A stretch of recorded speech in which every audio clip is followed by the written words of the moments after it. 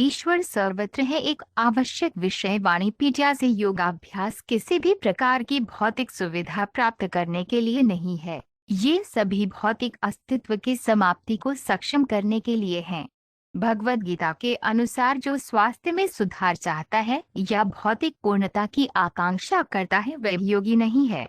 न ही भौतिक अस्तित्व की समाप्ति से किसी का शून्य में प्रवेश होता है, जो कि केवल एक मिथक है। भगवान की सृष्टि में कहीं भी कोई शून्य नहीं है, बल्कि भौतिक अस्तित्व की समाप्ति व्यक्ति को आध्यात्मिक आकाश, भगवान के निवास में प्रवेश करने में सक्षम बनाती है। भगवद गीता में भी भगवान के निवास को स्पष्ट रूप से उस स्थान के रूप में वर्णित किया गया है जहाँ सूर्य, चंद्रमा या बिजली की कोई आवश्यकता नहीं है। आध्यात्मिक जगत के सभी ग्रह भौतिक आकाश में सूर्य की तरह स्वयं प्रकाशित हैं। ईश्वर का राज्य हर जगह है, लेकिन आध्यात्मिक आकाश और उसके ग्रहों को परम धाम या श्रेष्ठ निवास कहा जाता है। भगवान इस ब्रह्मांड के भीतर निवास करते हैं, वे सभी जीवों के हृदय में निवास करते हैं और वे परमाणु के भीतर भी निवास करते हैं। चूंकि हमारे पास पूर्ण ज्ञान का अभाव है, इसलिए हम ईश्वर को नहीं देख पाते हैं, लेकिन थोड़ा सा विचार विमर्श हमें हर जगह ईश्वर को देखने में मदद कर सकता है। श्रील प्रभुपाद की पुस्तकें, व्याख्यान, वार्तालाप और पत्र इस आवश्यक विषय की व्यापक प्रस्तुति प्रदान करते हैं, जैसा कि वाणी कोट्स गॉड इज एवरीवेयर श्रेणी में देखा गया है। उनकी शिक्षाओं का एक परिचय निम्नलिखित 8 उद्धरणों में दिया गया है। श्रील प्रभुपाद की शिक्षाओं से उद्धरण हर कोई भगवान को देख सकता है। भगवान का दर्शन करना कोई बहुत कठिन काम नहीं है। भगवद गीता में बहुत सारे बिंदुओं का वर्णन किया गया है।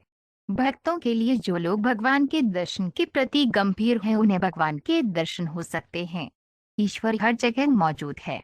भक्ति अमृत व्याख्यान 19 अक्टूबर 1972। वृंदावन। भगवान हर जगह है, लेकिन उन्हें एक विशेष गृह मिला है जिसे गोलोक वृंदावन कहा जाता है। आप वहां प्रवेश कर सकते हैं और परमेश्वर के साथ मिल सकते हैं, जैसे हम यहाँ हैं, एक दूसरे के साथ मिल रहे हैं। मैं तुम्हें देख सकता हूँ, तुम मुझे देख सकते हो। इसी तरह तुम सीधे जा सकते हो, भगवान को देख सकते हो और उसके साथ रह सकते हो, उसके साथ नृत्य कर सकते हो, उसके साथ खेल सकते हो, उसके साथ खा सकते हो। यही जीवन की पूर्णता है। भगवद गीता व्याख्यान 13 जून 1974। पेरिस। भगवान हर जगह है, लेकिन फिर भी उन्हें अपना राज्य, निवास स्थान मिला हुआ है। उन्हें उनका सानिध्य, सब कुछ मिला हुआ है। बिल्कुल सूरज की तरह। सूर्य का प्रकाश पूरे ब्रह्मांड में है, लेकिन उसका अपना ग्रह, अपना निवास स्थान, सब कुछ है। तो ये है ईश्वर की अवधारणा, और वह भगवान या कृष्ण उस आध्यात्मिक वातावरण में हैं। यदि हम दृष्टिकोण करेंगे तो हमारा जीवन सफल होगा, हमारे उद्देश्य पूर्ण होंगे और हम सुखी होंगे, और हम अस्थायी रूप से नहीं बल्कि अनंत काल तक समृद्ध रहेंगे। भगवद गीता व्याख्यान 19 नवंबर 1966। न्यूयॉर्क। जिसने उस ज्ञान को प्राप्त कर लिया है कि वह अपने भीतर और बाहर सदैव भगवान को देख सकता है, उसे किसी भी तपस्या की आवश्यकता नहीं है।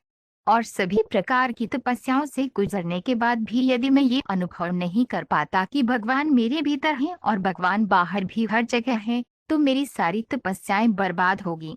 आप देखें, ये बहुत अच्छे हैं। भगवद गीता व्याख्यान 11 मार्च 1966।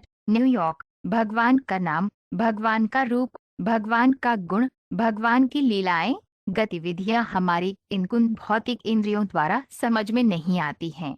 इन आँखों से हम ईश्वर को नहीं देख सकते। ईश्वर हर जगह मौजूद है। भगवान आपके हृदय में मौजूद है। भगवान इस ब्रह्मांड के भीतर मौजूद है। भगवान परमाणु के भीतर मौजूद हैं। आनंदांतरस्थ परमाणु चयांतरस्थम 25.35। आनंद। आनंद का अर्थ है यह ब्रह्मांड। ईश्वर इस ब्रह्मांड के भीतर है।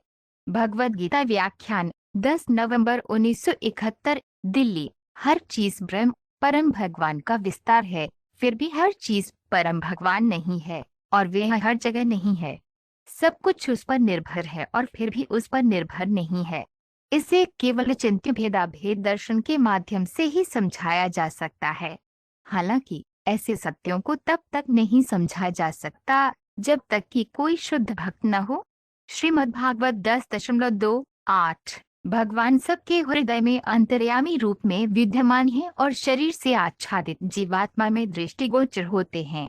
वास्तव में वह हर जगह, हर समय और हर स्थिति में है, लेकिन क्योंकि वे यह भौतिक ऊर्जा के पर्दे से ढका हुआ है, एक सामान्य व्यक्ति को कोई भगवान नहीं दिखता है। श्रीमद्भागवत 7:20-23। ऐसे कई निर्विशेषवादी भी हैं जो मंदिर पूजा का उपहास करते हैं। वे कहते हैं कि जब भगवान हर जगह है तो किसी को खुद को मंदिर पूजा तक ही सीमित क्यों रखना चाहिए। लेकिन अगर ईश्वर हर जगह है तो क्या वे मंदिर या देवता में नहीं है? यद्यपि व्यक्तिवादी और निर्विशेषवादी सदैव एक दूसरे से लड़ते रहेंगे, कृष्ण चेतना में एक पूर्ण भक्त जानता है कि यद्यपि कृष्ण सर्वोच्च व्यक्तित्व हैं, वे सर्वव्यापी हैं, जैसा कि ब्रह्म संहिता में पुष्टि की गई है। भगवद गीता 9.11।